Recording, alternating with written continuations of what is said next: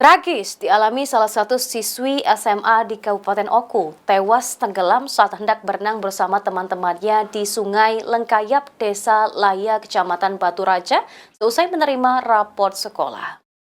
Nah, di sini, Wak, di cucian nikat nih, Wak. Nah, pada inilah, pada biasa lah kejadian inilah. Tragis dialami salah satu siswi SMA di Kabupaten Oku, tewas tenggelam di Sungai Lengkayap, Desa Laya, Kecamatan Batu Raja.